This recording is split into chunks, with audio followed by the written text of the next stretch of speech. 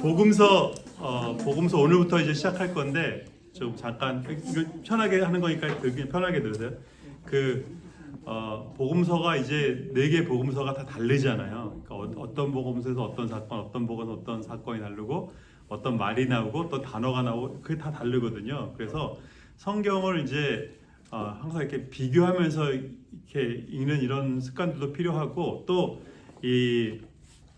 그 본문 읽다가 이거하고 뭐가 분명히 연결이 있는데 이제 이런 게 관주예요. 관주.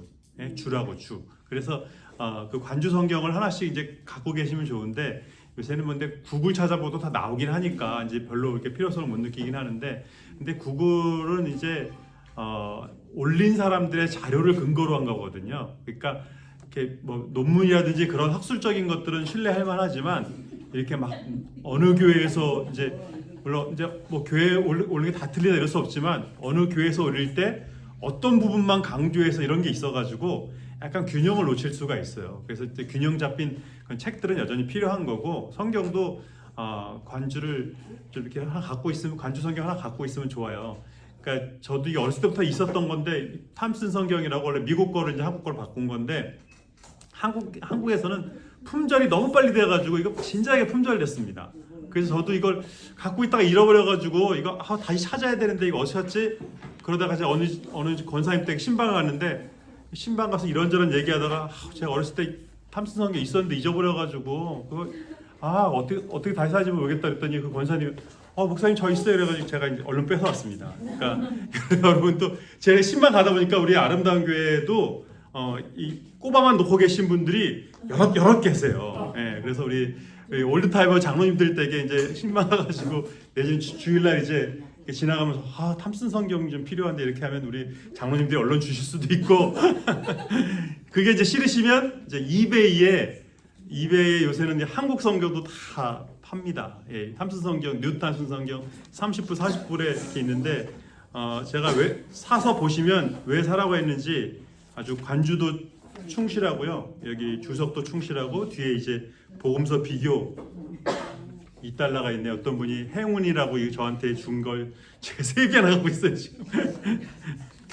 네, 그렇습니다. 그래서 이런 좀 성경은 오늘 아침에 말씀 묵상도 강의했지만 성경은요 이 모든 배움이 그렇지만 궁금해하지 않고는 배울 수 없어요. 궁금해야 되거든요. 구글이 못 도와주는 게 뭐냐면 궁금해하는 걸 못 도와가죠.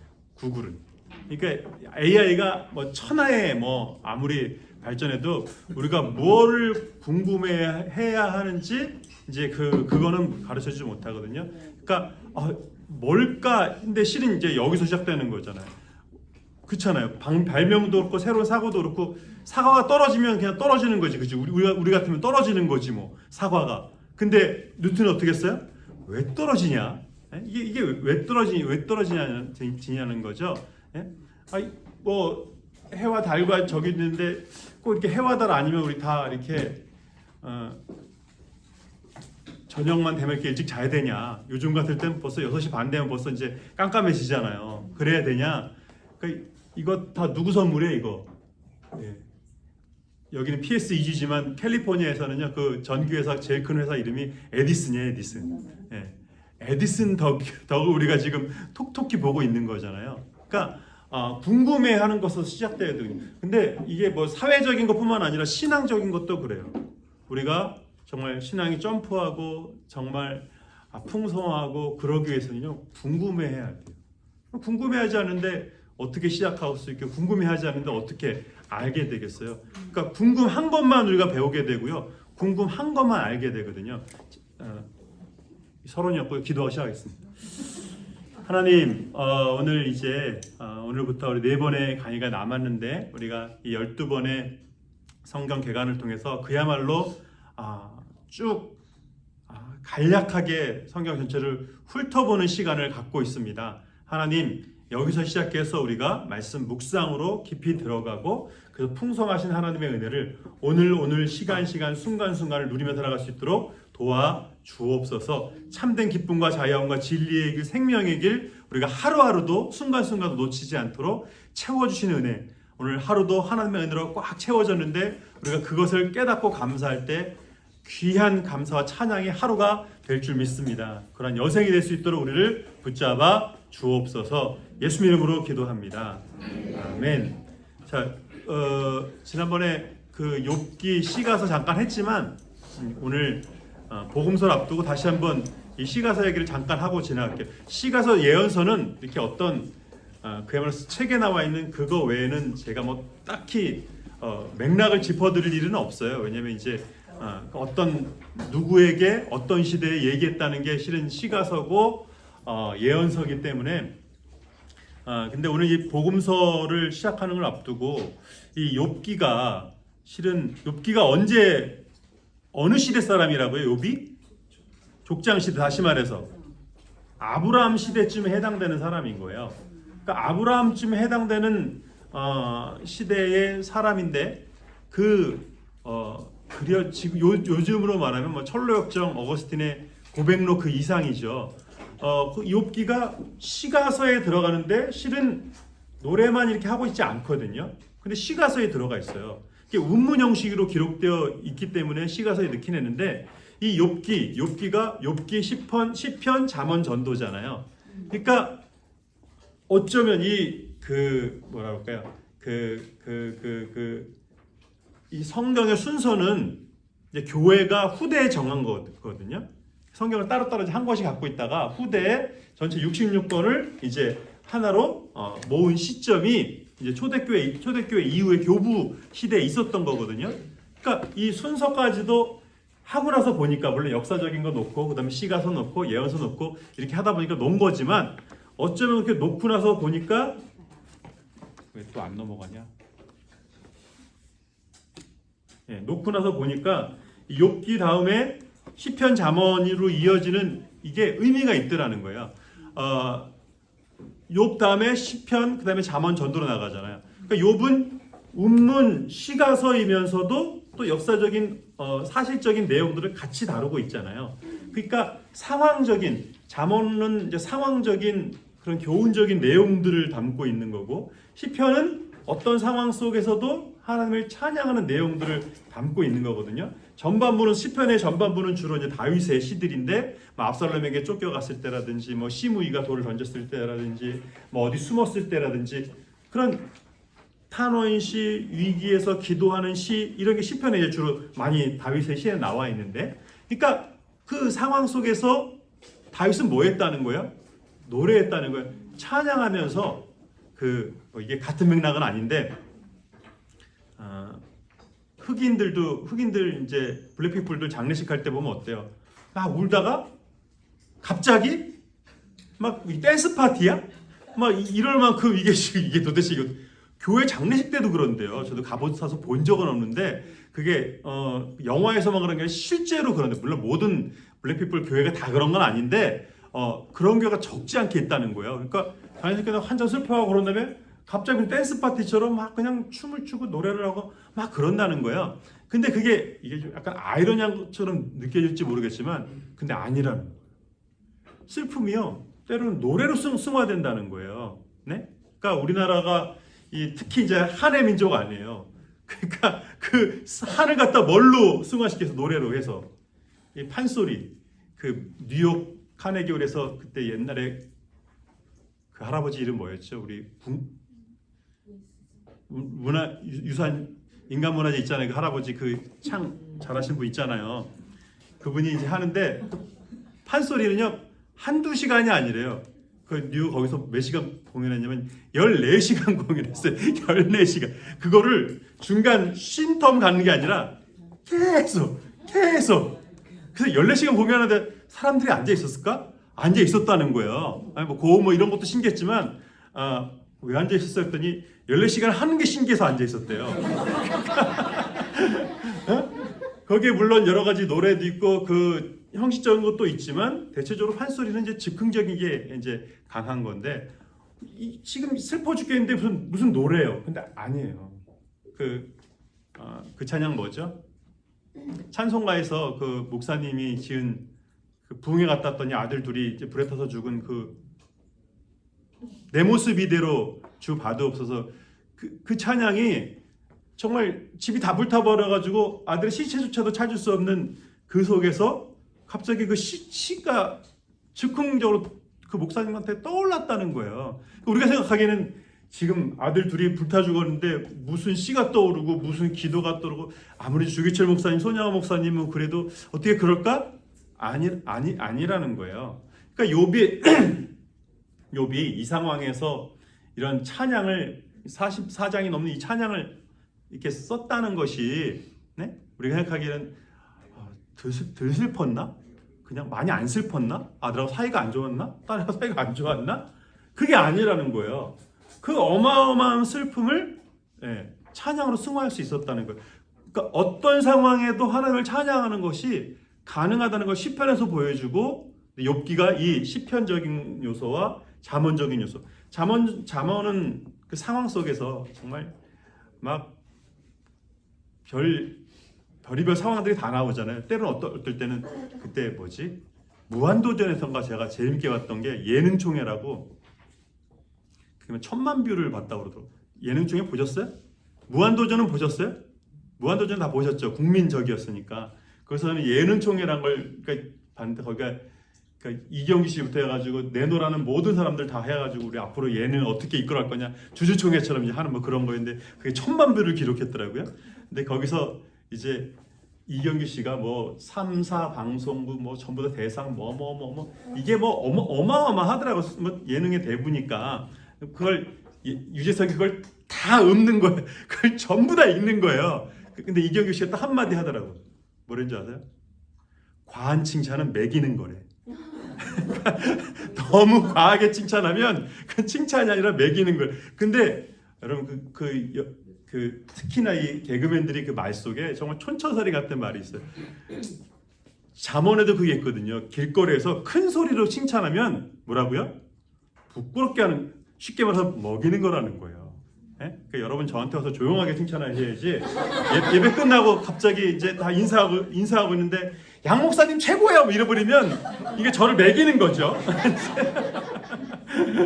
그 잠언서에도 심지어 그런 얘기들까지도 나와 있다는 거야. 큰 길에서 갑자기 큰 소리 칭찬하는 것도 그게 지혜롭지 않다는 거예요. 그러니까 그 상황 속에서 어떻게 하는 것이 지혜로운 건지 이 욥기가 특별히 자 보세요. 욥의 친구들의 말 욥기 혹시 다 완독 따라오셨나요? 욥의 친구들의 말이 어때요? 그 말 자체가 틀린 말이에요, 옳은 말이에요? 옳은 말이죠. 내 시작은 미약하였으나 나중은 심히 창대하리라. 이 말이 옳아요, 틀려요? 옳죠. 그래서 옛날에 그 계엄 예배 때 다 들고 갔던 게 내 시작은 미약하였으나 나중은 심히 창대하리라. 이거 욥이 한 말인 줄 알고 하나님이 한 말인 줄 알고 막 걸어줬거든요. 근데 그게 아니라 이제 빌닷이라는 친구가 이 욥을 매기려고 했던 말이거든요. 네? 그러니까 그 다음부터 이제 그 성구 안 쓴다고요. 근데 그럴 필요는 없는 거예요. 그 말이 틀린 말은 아니에요. 말은 옳은 말이에요. 네? 말이 틀린 말이 아니에요. 하나님께서 실수가 있겠냐? 하나님께서 실패했겠냐? 하나님이 잘못 안 했으면 네가 잘못했겠지. 네? 그러니까 하나님의 실수가 없다. 이런 구절구절 그거 그 욥의 친구들의 그 말을 따로 떼가지고 욥한테 하는 말 아니고 따로 떼어놔서 이렇게 딱 붙여놔 버리면요. 거기서 인칭되면서 욥을 빼기만 하면 너 그거를 빼기만 하면 하나도 틀린 말이 없어요. 하나님은 실수가 없으시고 하나님은 죄를 반드시 벌하시고 반드시 심판하시고 허물을 반드시 캐시는 분이시고 전혀 틀린 말이 아니에요. 근데 뭐가 문제예요? 틀린 말이 아닌데 뭐가 문제예요? 틀린 말이 아닌데 옳은 말인데 뭐가 문제예요? 네? 큰 소리 창피하면 작은 소리로 해보세요. 네? 뭐가 문제예요? 옳은 말인데 뭐가 문제예요? 옳은 말 했는데. 그렇죠. 위하는 말이 아니잖아요. 사랑하는 말이 아니잖아요. 네? 잘 되라고 하는 말이 아니라는 거죠. 그러니까 우리가 말할 때 그게 옳은 말이냐 틀린 말이냐 갖고를 지금 한국에서 완전 극과 극으로 지금 정치뿐만 아니라 국민이 반으로 쪼개졌잖아요. 누가 더 옳으냐 이러다가 보니까 둘 다 틀리거든. 둘 다 잘못했거든. 그러니까 이제 싸움의 방향을 그래도 포기하기 싫어가지고 네가 더 잘못했다고 이제 바꾼 거죠. 둘 다 잘못했는데 이거 이제 뭐 우린 잘못 전혀 없어 이렇게 말할 수가 없으니까 그래도 니네가 더 나빠 이제 이렇게 바뀐 거죠. 근데 옳은 말이냐 틀린 말이냐 누가 옳으냐 누가 더 잘못했냐 이걸 따져야 될 때가 분명히 있지만 실은 말에 있어서 삶에 있어서 그게 중요한 거 아니거든요. 그 말 왜 하냐는 거예요. 그 말을 그 사람을 죽이기 위해서 하는 건지 정말 그냥 끝까지 감옥을 보내서 어떻게 하기 위해서 하는 건지 정말 그 사람을 살리기 위해서 하는 말인지 그건 전혀 다른 얘기가 되는 거죠. 그러니까 예수님께서도 제가 얘기 오늘 한 것도 그 마태복음에서도 자 바리새인들의 말이 예수님께서 틀렸다고 하지 않으셨어요. 그 말은 다 맞다고 하셨어요. 그죠? 그들의 열심도 잘못된 것이 아니다. 하나도 잘못된 거 아니다. 바리새인만큼은 열심히 해야 된다. 네? 어마어마하죠. 바리새인만큼 어떻게 해요? 근데 그만큼 해야 된다는 거예요. 네? 열심은 그걸 본받아야 된다는 거예요. 근데 그들의 행동은 본받지 말라는 거예요. 그 목적은 본받지 말라는 거예요. 바리새인들이 정말 영혼을 살리고 구원을 하기 위해서 그 말을 했냐? 그거 아니라는 거죠. 예수님은 간파하셨죠. 유대인들은 좀 이따 얘기했지만 유대인들은 바리새인들을 존경할 수밖에 없어요. 근데 예수님께서는 바리새인들이 그렇게 기도를 꼬박꼬박하고 일부러 꼭 기도 시간에 맞춰서 나온다고 아무도 생각 못하죠. 누가 기도 시간에 맞춰서 12시가 기도 시간인데 이제 11시 50분에 나가는 거죠. 그래야 시장에서 내가 기도할 수 있으니까. 많은 사람들이 보는 데서 관종. 네. 사람들이 많이 봐야 이제 흥분하는 스타일. 네? 그러니까 누가 그렇게 생각하겠어요? 근데 예수님은 간파하신 거죠. 네? 그들이 기도하는 목적이 뭐라는 거예요? 보이기 위해서라는 게 뭐예요? 무슨 말이에요? 남에게 보여줘서 어쨌다는 거예요? 보여줘서 자기를 드러내고 자기 의에 취했다는 거예요. 자기 의가 목적이라는 거예요. 자, 우리가 옳으냐 그르냐 할 수 있어요. 근데 이게 옳으냐 그르냐 내 말을 뒤집어서 이 사람에 맞아서 그게 화나는 게 아니에요. 내 말을 틀렸다고 그걸 굳이 여기서 따져야 돼? 이게 화가 나는 거지. 네? 그 데일 카네기 인간관계론 그 책에 보면 그런 얘기가 나요.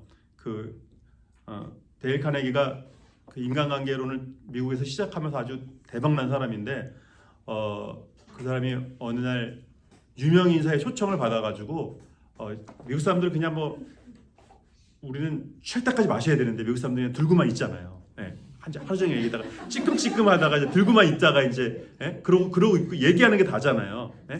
근데 얘기하다가 거기 그 주인장하고 또 어떤 사람하고 이제 데일 카네기 셋이서 이런저런 얘기를 하게 된 거예요. 근데 뭔 얘기를 하다가 그 뭐였지? 부활의 책 부활 있잖아요. 문학책 부활 저자가 누구예요? 톨스토이 맞나요? 저도 헷갈려. 톨스토이 맞죠? 톨스토이인데 옆에 있는 딴 사람이 도스토예프스키의 이름도 어려워. 도스토예프스키의 그 부활이란 책을 내가 읽었는데 그런 거예요. 그러니까 데일 카네기 옆에서 이 사람이 워낙 책을 많이 읽은 사람이니까 이 선생님 그 톨스토이의 부활이라고 이렇게 짚어준 거예요. 그러니까 이 사람이 먼저 얘기한 사람이 창피하잖아요. 그러니까 무슨 말이냐고 도스토예프스키의 부활이라고 막 우기기 시작한 거예요. 그냥 넘어갔으면 될 걸. 막 공방이 붙기 시작한 거예요. 그러니까 그 사람이 화가 나가지고 주인장한테 주인장 어떻게 생각하냐고. 그러니까 도스토예프스키의 부활이 맞다고 이렇게 해주더라는 거예요. 그 주인도 되게 이렇게 학식이 있는 사람인데 그러더라는 거예요. 끝나고 이제 그 사람이 가고 나서 데일 카네기가 이제 그 사람한테 그런 거죠. 아니 당신도 알지 않냐고. 말도 안 되게 톨스토이의 부활을 갖다 저렇게 우기는 사람이 어딨냐고. 그랬더니 그 주인장이 아주 멋있는 말을 하는 거예요.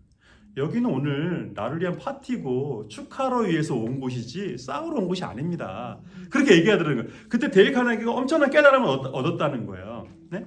그러니까 이게 누가 옳으냐 이것도 이게 법정에서 싸워야 되고, 네, 이게 내 집을 빼앗기게 생겼으면 싸워야 되고, 그럴 때는 우리가 반드시 싸워야겠죠. 근데 정말 이게 도스토예프스키의 부활인지 톨스토이의 부활인지 이게 문학 특강을 듣고 계신 시간이 아니라면 굳이 따지거나 짚어주거나 제가 약간 그런 성격이거든요. 그거면 저거 많이 고쳐줘야 되는데 이제 목사가 되니까 이제 어쩔 수 없이 그거를 이제 철통을 다물어야 되니까 참는 거지. 네? 그러니까 이 바리새인들이 그렇게 하는 목적이 뭐냐는 자기가 옳다는 자기의 의를 드러내기 위한 거라는 거예요. 자기의 의를 드러내면 뭐가 가리운다고요? 하나님의 영광이 가리운다고. 하나님의 의가 가리운다고요. 그래서 예수님께서는 바리새인들이 그런 척하는 거, 보이기 위해서 하는 거, 이게 뭐 그냥 퍼포먼스 같고 자기 잘난 척하는 맛인 것 같고 뭐 그걸 따지냐 싶지만 예수님께서 심각하게 보시는 이유는 뭐냐면 하나님의 영광을 가리우기 때문에. 네? 그러니까 자기가 기도 많이 하는 거, 열심히 하는 거 이거를 통해서 내가 이렇게 그 사람이 열심히 하면 실은요 누군가 열심히 하고 지금 헌신을 다하고 이러면 사람들은 실은 하나님을 봐야 돼요. 볼 수밖에 없어요. 시간 내서 기도하죠. 지금 물론 제가 강의가 명강이긴 하지만 이렇게 또 막 들으러 오시죠. 이게 안 믿는 사람들이 또 이해가 안 되는 거예요. 뭐하러 지금 이 금요일 이 시간에 와가지고 이 강의를 듣겠다고 1시간 반이나 이해가 안 되는 거거든요. 근데 왜 저러지? 왜 저러지? 저 사람은 꼭 보면 이렇게 양보하고 항상 누군가를 위하고 이렇게 그런데 왜 저러지? 하나님의 영광을 볼 수밖에 없다니까요. 네? 근데 그 목적이 이제 바리새인이 물론 그런 말 하고 다녔어요. 나 이거 싫은 내가 이렇게 하면 내가 하나님의 영광에 날 드러내기 위한 이런 말 안 했거든요. 네? 사람들은 다 바리새인들을 칭송하고 칭찬했거든요. 근데 그 영향력이 좋은 쪽으로 흐르지 않더라는 거예요. 네? 그리고 바리새인들이 이제 해석한 그 율법이 365가지가 뭐지? 해란가 마란가? 그리고 618가지 나머지는 이제 뭐 하라마라 그게 이제 618가지가 있어요. 이제 그걸 다 바리새인들이 율법을 갖다 줄을 붙인 거거든요.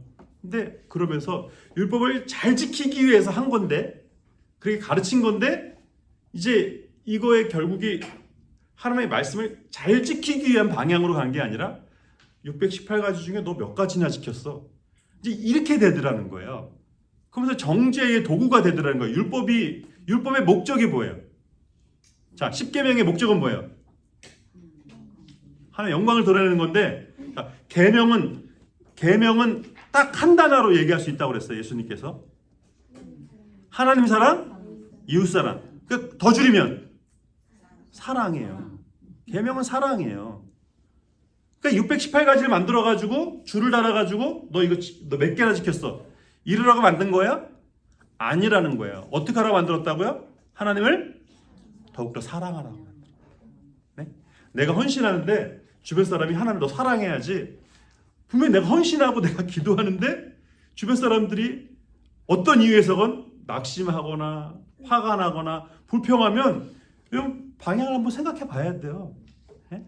방향을 한번 생각해 봐야 돼요. 네? 제가 처음에 첫 강의 때 말씀드렸잖아요. 제가 강의 때 원래 잘난 척 많이 한다고. 근데 여기서 별로 안 한다고. 저를 이해하는 분들이 많지 않기 때문에 여기는 지금 쉽게 말하면 제 나와바리가 아니에요. 그러니까 제가 여기서는 그거 안 먹혀요. 네? 그러니까 상황 봐가면서 해야지. 네? 내가 이렇게 했는데 아니야. 그러면 하지 말아야지. 저하고 오랜 시간 지낸 사람은 양 목사님이 저기 농담하는 건지 진담하는 건지 이해가 없는 사람 앞에서 제가 농담하면 저도 힘들고 그분도 등에서 땀 나죠. 네? 그러니까 내가 분명히 열심히 하는데 내가 열심히 신앙생활 하려고 하는데 이 사람만 불편하면 괜찮은데 이 사람도 불편하고 이 사람도 불편해하고 이 사람도 꺼름칙해하고 그때는요 그 사람들이 잘못한 게 아니라 내가 잘못됐다는 걸 생각해 봐야 되는 거예요. 당연하지 않아요? 그렇죠? 당연하지 않아요? 네? 그러니까 나는 그 사람하고 그 사람 한 사람만 있으면 돼. 뭐 난 그 사람하고만 지내면 돼. 여러분 그러시면 안 됩니다. 네. 그러니까 바리새인들이 나 좋아하는 사람들이 있어. 유대인 있어. 우리 유대인 극소수 유대인만 그래서는 안 된다는 거예요. 자 오늘 이제 4번밖에 안 남았기 때문에 넘어가야 돼요. 자, 7월 4일하고 8월 15일 무슨 날이에요? 독립기념일이죠. 구원의 날이죠. 네? 그러니까 그 나라가 새롭게 시작된 날이죠. 자, 창세기부터 모세오경이 출애굽의 관점에서 쓰였다고 말씀드렸어요. 구원받은 백성으로서의 삶을 말씀한다고 말씀했어요. 자, 마태복음의 1장 1절 시작이 뭐라고요? 아브라함과 다윗의 자손 예수 그리스도의 계시라. 네? 이 책 마태복음 서론 복음서 서론 읽어오셨으면 자,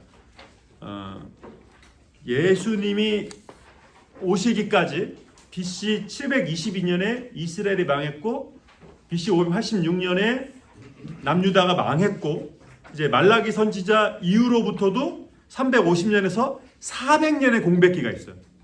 선지자가 물론 전혀 없었던 건 아니에요. 근데 내노라 할 만큼의 선지자가 전무했어요.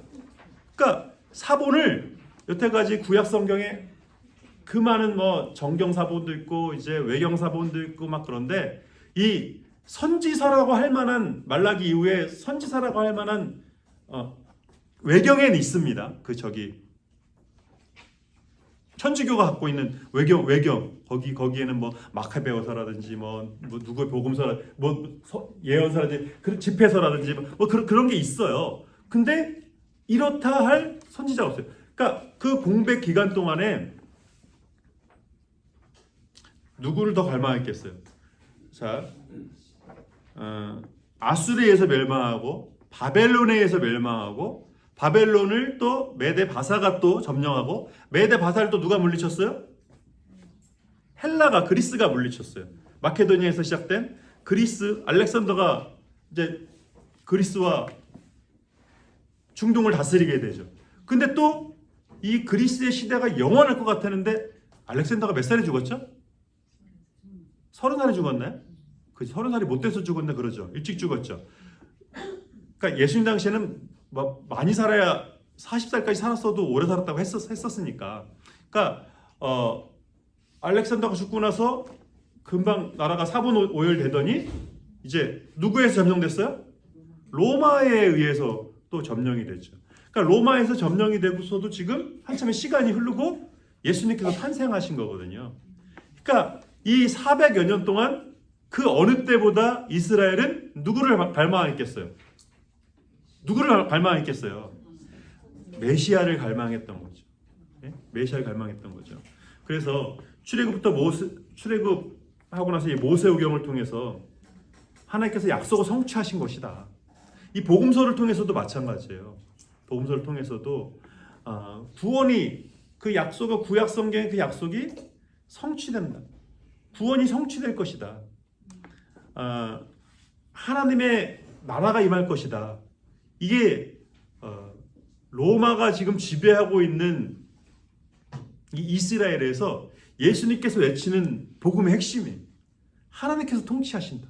마태복음에서도 핵심이기도 하지만 사복음서 전체에서도 이 하나님 나라 이게 핵심입니다. Kingdom of God. 그래서 하나님 나라 그랬을 때는요 영역의 토지의 문제가 아니에요. 뭐겠어요? 하나님이 통치하시니까 국가의 3대 요소가 있잖아요. 국민, 땅, 주권. 네? 그러니까 지금 땅은 없지만 국민이 있고 무슨 국민? 이스라엘 국민? 이스라엘 국민? 그렇죠. 하나님 나라 국민, 하나님 나라 백성. 그리고요. 그 하나님 나라 백성이 하나님의 통치를 받아야 하나님의 나라라는 거예요. 로마의 지배에 있지만 애굽의 지배에 있든지 바벨론의 지배에 있든지 페르시아의 지배에 있든지 그리스의 지배에 있든지 하나님 나라 백성이 하나님 나라 사람으로 살아가는 것은 땅을 차지하는 게 중요한 게 아니라 하나님의 백성으로. 산상수훈에도 온유한 사람이 땅을 차지한다. 거기서 그 온유가 뭐예요? 온유. 우리는 유한 걸 온유라고 생각하지만 여러분 설교 때 제일 많이 듣는 것 중에 하나인데도 매번 듣으시는데 매번 까먹으시더라고요. 온유 뜻이 뭐라고요? 생각나시는 분? 혹시? 길들여진다. 야생말이 길들여지는 게 이게 온유함이라고 그런다잖아요. 그러니까 온유함이란 건 원래부터 착하고 그냥 누가 하면 예스맨, 그게 온유가 아니라는 거예요. 내 안에 노가 가득해요. 근데 하나님께서 예스 하라고 그러시니까 예스 하는 거예요. 나는 언제나 예스맨이에요. 근데 하나님께서 노 하라고 그러셔서 노 하신다는 거예요. 그게 온유라는 거예요. 나는 이게 지금 예스를 지금 하고 싶어요. 그냥. 응? 근데 난 노를 하고 싶어요. 근데 하나님께서 하라고 하시는 걸 하는 거예요. 그게 온유함이라는 거예요. 그러니까 누가 하란 대로 하고 착하고 말 잘 듣고 그게 온유한 게 아니라는 거예요. 네? 제가 예전에 온유 얘기하면 이 얘기가 안 떠오를 수가 없어요. 빨리 할게요. 제가 처음 안수받았던 교회에서 이제 저희 권사님 한 분이 이분이 이제 남편분이 일찍 돌아가시고 혼자서 아들 둘을 키우셨는데 그 남편도 군인이었어요. 그러니까 집안이 완전 군인 분위기였나 봐요 아마. 근데 이 첫째 아들은 잘 따라서 예수 믿고 그랬는데 이 둘째 아들이 고등학교 딱 졸업하자마자 뭐라고 그러냐면 엄마 내가 19년 동안 엄마 말 들었으니까 이제부터 내 마음대로 할 거야 그러더래요. 그러더니 그다음부터 교회도 안 다니고 막 자기 멋대로 막 그러는 거예요. 그래서 이제 저한테 이제 언제고 좀 그 전도를 해달라고 그랬었는데 어느 날 이제 이 아들이 다리가 부러져가지고 꼼짝없이 병원에 이제 누워 있게 된 거예요. 그러니까 목사님 좋은 때입니다. 그래서 제가 갔죠. 그러니까 뭐 꼼짝 없잖아 다리 이게 부러졌으니까. 그래서 제가 문 열고 딱 들어가서 안녕하세요 하고 여러분 보신 대로 제가 얼마나 인상도 선하고, 제가 얼마나 인상이 좋습니까? 근데 제가 문 열고 제가 목사 소개도 안 했는데 안녕하세요 그랬더니 그 둘째 아들이 저는 보지도 않고요. 그 어머니 원사님을 이러고 엄마를 이러고 보더라고. 뭐 눈을 벌써 다 말하는 거지. 왜 데려왔냐 이거지. 뭐 딱 봐도 목사인데, 왜 데려왔냐 이거지. 야, 나 죽일 듯이 막 노려보더라고요. 그래서 제가 너무 놀래가지고 이제 얘기하고 전도하고 이제 나오면서 그러면서 제가 그 얘기를 듣게 된 거예요. 18살 때까지 세상 착한 아들이었대. 세상 착한 아들. 응? 그러니까 이 아들이 18살 때까지 늘 예스민이었던 건 뭐예요? 진심이 아니었던 거지. 본심이 아니었던 거지. 어머니를 기쁘게 하고 싶어서 그랬던 게 아니었던 거지. 엄마를 이해했던 것도 아닌 거지. 제가 그 같은 교회에서요. 또 정반대의 경험도 했어요. 제가 거기서 목동에 있었을 때인데 목동 학군 얼마나 좋아요. 전교 탑하는 아들이에요. 고등학교 아들인데 전교 탑하는 아들이에요. 근데 제가 마침 신방 갔는데 얘가 학교 갔다 딱 온 거예요. 그래서 같이 앉아 그래가지고 예배께 드리는데 예배 드리다 보면 이게 여러분 제가 영빨이 대단해서가 아니라 예배를 드리다 보면 지금 여기 있는 분들이 예배를 드리는지 안 드리는지 이게 확 느껴져요. 그러니까 엄마하고 아들 둘 앉아 있고 더군다나 전교 탑 목동에서 전교 탑하는 애잖아요. 예배 드리고 얘 교회도 잘 나오는 애예요. 제가 그때 고등 맡았었고 예배 드리고 있는데 얘가 말씀을 안 믿고 있다는 게 느껴지는 거예요. 얘가 전혀 말씀을 안 믿고 있다는 게 느껴지는 거예요. 그래서 제가 이제 그 말을 할 수는 없고 제가 그때 30살이었거든요. 제가 막가파였거든요. 그때 막가파. 그냥 직설적으로 머릿속에 나온 바로 이럴 때였는데 제가 딱 감이 와서 너 엄마가 엄마 때문에 공부하라는 것 같지? 제가 그랬어요. 엄마 때문에 공부하라는 것 같지? 그랬더니 이 아들이 그런 것 같대. 엄마가 자기 위해서 공부하라는 거래. 엄마 위해서 공부하라고 한다는 거예요. 여러분 목동에서 전교 탑이라니까요. 얘가 머리가 좋은 애 안 좋은 애예요. 그래 좋은 대학 가면 지 좋은 거 지가 알겠어요 모르겠어요. 그런데도 뭐라고 그러냐면 엄마 위해서 공부하란다고 믿고 있는 거예요 얘가. 그래서 제가 뭐 걔부터 전도했죠. 다시 또. 그러니까 이게 온유함이라고 하는 건요. 내가 순순히 지금 교회 나오고 있고 내가 예배 드리고 있고 그러니까 여러분 막 지금 아무렇지도 않게 듣고 계시는데 여러분들의 자녀들이 지금 하나님 나라의 백성으로 그렇게 온유함으로 순종하고 있는 건지 이제 내가 대학만 가봐라 내가 이제 장가만 가봐라 이러고 있는지 그러니까 정말 하나님을 인격적으로 만나는 이것이 무엇인지에 대해서 말씀드렸잖아요. 바리새인들이 온 이스라엘이 존경했던 사람들이에요. 왜냐하면 자, 그 공백기 400년 동안에 공백기 400년 동안, 말라기 이후에 공백기 400년 동안에 이스라엘 백성들의 이 신앙의 정체성을 지키고 도와줬던 사람들이 누구냐면 랍비들이에요. 네?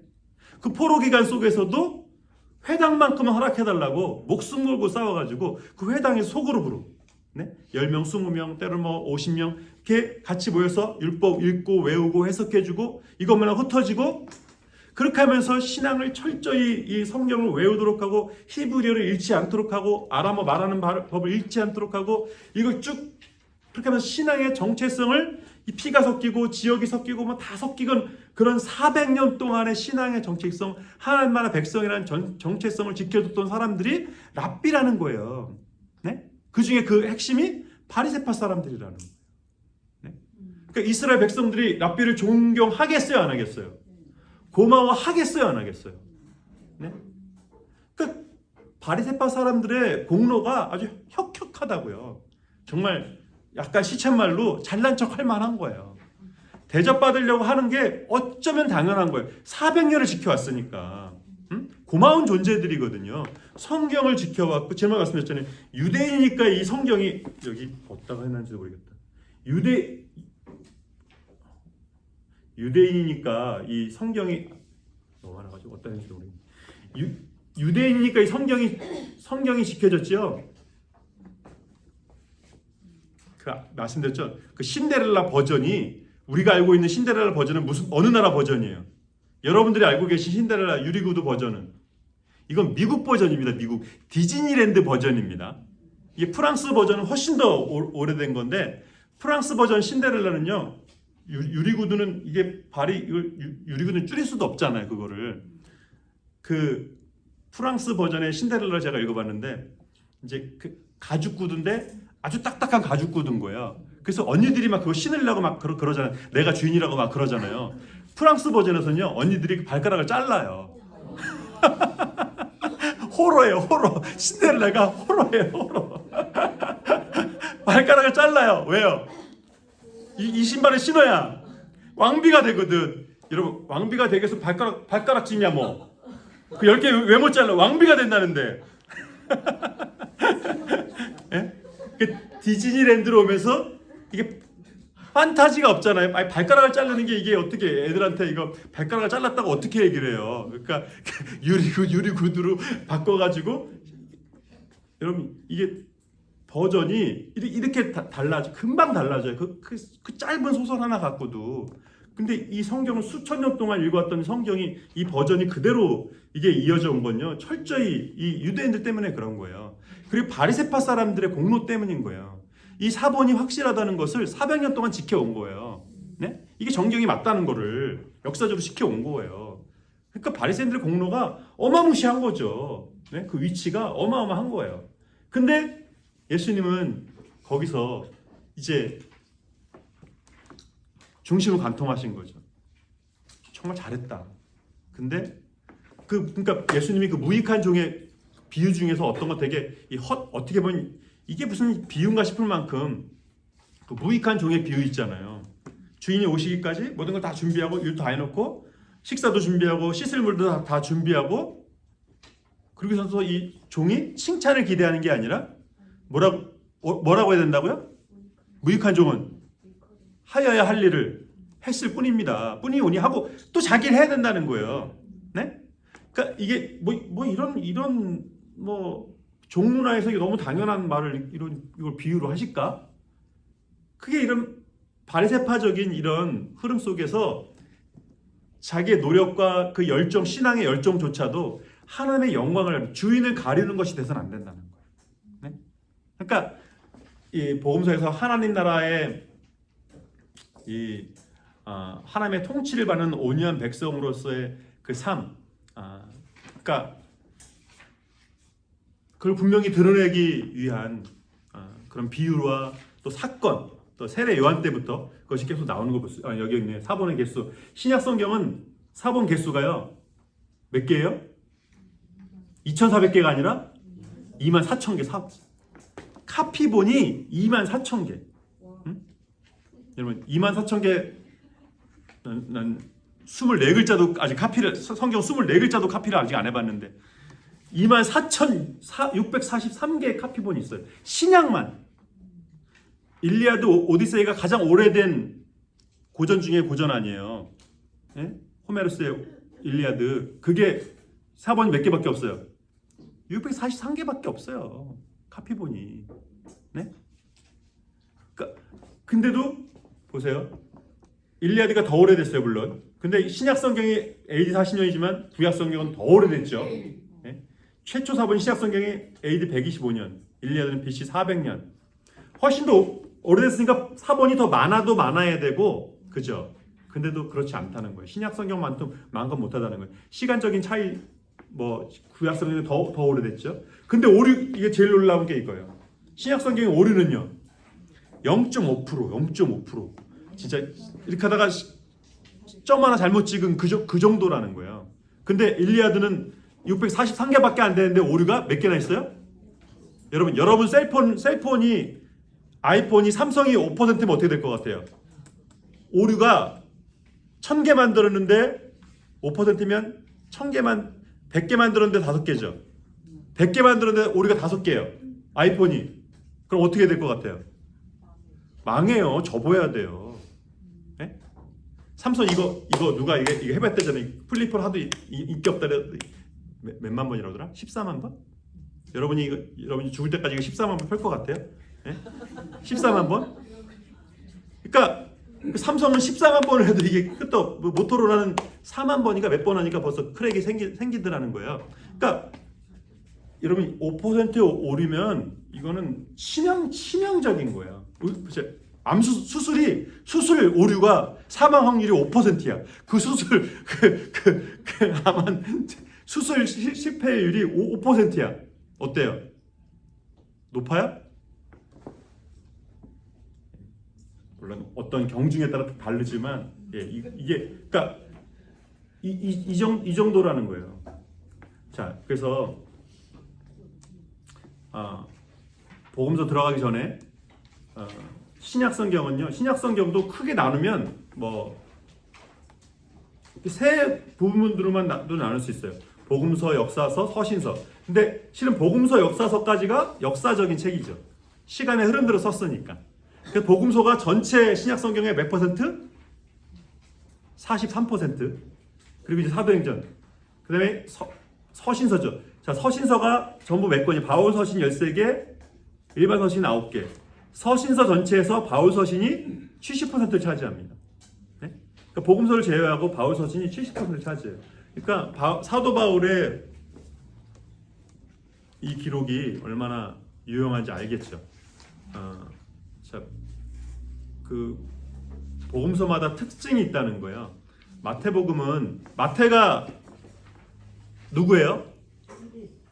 세리고 세리보다 더 중요한 게 뭐예요? 마태는 예수님과 관계 속에서 얘기하죠. 마태는 네? 제자 12사도 중에 한 사람. 복음서 중에서 그러니까 사복음서에서 마가는 누구예요? 마가 요한이 누구예요? 마가의 다락방 마리아 거기 주인장 아들 부잣집 도리님 아들 또요. 사도 바울과 바나바의 수행자 그리고 바나바의 조카. 근데 마가 요한이 가다가 이제 배멀리 해가지고 도망갔죠. 개 목사님이 다음 달에 배 타고 우리 낚시 가자는데 2명이 결사적으로 반대하고 있어요. 그 중에 하나가 접니다. 제가 배멀미 엄청 하거든요. 그러니까 이게 그냥 배멀리 정도가 아니죠. 이게 그 옛날 그 통통배를 타고 그 지중해를 왔다 갔다 하는데 이게 배멀 죽을 각오를 하는 거예요. 아프리카에서 그 흑인 노예들 데려올 때 반 이상이 배에서 이미 죽었대잖아요. 태평양을 건너왔는데 그게 어떻게 살겠어요. 그러니까 마가연이 도망간 것도 당연한 건데 하여간 바나바는 끝까지 마가 요한을 썼죠. 그래서 마가는 특별히 바나바의 조카고 이 다락방의 주인장의 아들이기도 하고 이 복음서 중에 제일 먼저 이 네 복음서 중에 어떤 게 제일 짧아요? 마가복음. 제일 긴 건 누가복음. 안 읽으신 분은 이제 마태복음이랄 거고 28장까지 있으니까 마태복음을 생각하지만 양적으로는 누가복음이 더 길어요. 그리고 자 그러면 여기서 마가복음이 제일 짧은데 여기서 보면 AD 55년 다른 복음서보다 10년 이상 먼저 쓰여졌다고 보여주는 거죠. 네? 그러니까 마가복음이 왜 제일 먼저 쓰여졌다는 걸 이 연대를 생각하지 않고도 알 수 있을까요? 나와 있는 게 나와 있는 거, 겹치는 게 있고, 그러니까 그렇게 전문적인 거고 더 비전민적인 우리 시선으로, 네? 제일 짧은데 제일 먼저다. 무슨 의미가 있죠? 짧은 게 먼저일까요? 긴 게 먼저일까요? 짧은 게 왜 먼저죠? 긴 거는 추가된 거예요. 보탠 게 많다는 거예요. 해석한 게 많다는 거예요. 주가 달린다는 거예요. 마가복음은 간결하고 아주 직설적으로 얘기하거든요. 심플하게 얘기하고 딱 가버려요. 마가복음은 그래요. 그래서 이 마가복음보다 원복음이 있을 거다. 이제 그리고 큐먼서라고 우리가 학교에서 그렇게 배웠는데 이제 그 큐먼서를 뭐 베드로 복음일지 누구 복음일지 원전이 있을 거라고 보여지는 거예요. 왜냐하면 마가복음을 중심으로 이 세 복음서가 겹치는데 이 네 복음서가 어떤 원전을 향하고 있다는 그 느낌적인 느낌이 이거 읽다 보면 나오거든요. 이게 이것도 마가복음이 아니라 뭘 메꾼 거고 마가복음도 뭘 원전으로 해서 썼구나라고 생각하는 그 복음서가 있다고 보여지는데 아직까지는 발견이 안 됐습니다. 아직까지 발견이 안 되는데 그렇다고 보여집니다. 그래서 마가복음이 먼저 쓰여졌는데 이 순서를 이제 교회 회의에서 마태복음을 이제 먼저 놓기로 했어요. 저 같은 경우도 이렇게 읽다 보면 마태복음이 시간적인 흐름 속에서 이해하기가 제일 쉬워요. 마가복음 생략된 게 많고 누가복음도 이제 해설적인 부분들이 있고 어떤 이 예수님의 생애 속에서 이렇게 균등분할이 마태복음이 제일 균등분할이 돼 있거든요. 요한복음은 이제 처음 있는 사람들한테 좋다는 것이 뭐냐면 이제 해설을 해주거든요. 해설을. 그러니까 복음 중심적이고 구원 중심적으로 구원이 어디서부터 시작되는지에 대해서 그걸 아예 예수님의 오심부터가 벌써 이미 철학적이고 신학적이고 설교적이에요. 요한복음은. 태초에 요한복음 1장 1절 요한복음 다 못 외워도 이걸 외울 수 있는데 태초에 말씀이 계시니라. 뭘로 시작해요? 마치 창세기 1장 1절처럼. 네? 그러니까 처음부터 말씀드렸지만 요한복음은 신명기처럼 4개의 이 모세오경 중에 4권을 이제 아우르는 해설적인 설교가 신명기인 것처럼 사도 요한이 이제 제일 마지막까지 살아남은 사도잖아요. 그러니까 4복음서 중에 마태하고 요한만 사도인 거예요. 마지막 살아남은 요한이 이제 교회를 보면서 여태까지 역사를 보면서 반모섬에서 갇히고 이러면서 이 사도 요한이 이제 교회들에게 예수님의 여태까지의 그 생애와 또 그 복음의 구약 성경에 예고하고 있었던 성취와 이런 모든 것들을 접목시켜서 종합적으로 이거를 볼 수 있는 복음 전도적인 측면에서의 복음서를 사도 요한이 쓰고 있다는 거예요. 그래서 마태복음은 왕으로 오신 예수님을 강조하고 있고 마가복음은 종으로 오신 예수님을 강조하고 누가복음은 인자를 많이 강조하거든요. 하나님의 아들 인자. 사도 요한복음은 하나님의 아들 예수님 이렇게 정리적인 측면으로. 근데 이건 이제 우리가 구분하기 위해서 강조점을 짚어주는 것이지 그렇다고 해서 마태복음에 종으로 오신 예수님이 없겠어요? 인자 예수님이 없겠어요? 하나님의 아들 예수가 없겠어요. 근데 어디에 분명히 강조점을 두고 있느냐. 그럼 왜 이 강조점이 왜 다를까요? 제가 아까 말씀드렸죠. 아무 때나 잘난 척하면 안 된다고. 제가 이 맥락 속에서 해야 된다고. 왜 강조점이 계시 특징 이게 왜 다른 거예요? 독자가 다른 거예요. 네? 마태복음에 듣는 사람들은 누구예요? 유대인이라는 거야. 마가복음은요, 로마인이라는 거야. 누가복음은 헬라인. 그래서 헬라 말이 많이 나와요. 네? 그러니까 듣는 대상이 다르니까 그래서 마태복음에서는 이 유대적인 관습이나 풍습이나 이런 거에 대해서 가감없이 얘기를 해요. 근데 누가나 마가는 그걸 해설을 해줘요. 왜냐하면 듣는 사람들이 로마 사람이고 헬라 사람이기 때문에 이걸 해설을 해줘야 되거든요. 그 돈의 단위가 그래서 복음서에서 물론 마태복음에 전혀 헬라 단위가 전혀 안 나오는 건 아니에요. 근데 이제 마태는 주로 유대 단위를 쓰고 누가나 마가 같은 경우는 이제 헬라 로마 돈의 단위들을 쓰는 내용들이 종종 나오는 것을 볼 수가 있는 거죠. 그러니까 그 사람들이 이해하기 쉽게. 그러니까 이 복음서가 때때로 이제 이 사복음서가 공통적으로 얘기하고 있는 것도 있고 그렇지 않은 것도 있는데 어떤 거는 같은 사건인데 이 이름이 다르거나 대표적으로 12제자의 이름도 복음서마다 조금씩 다르거든요. 네? 뭐 어딘 다대기도 아니고 다데오도 나오고 이게 뭐 바돌로메가 나오고 이게 도대체 누군지 니고데모가 누군지 그러니까 니고데모가 누굴 거로 보여져요? 바돌로메일 거라고 보여집니다.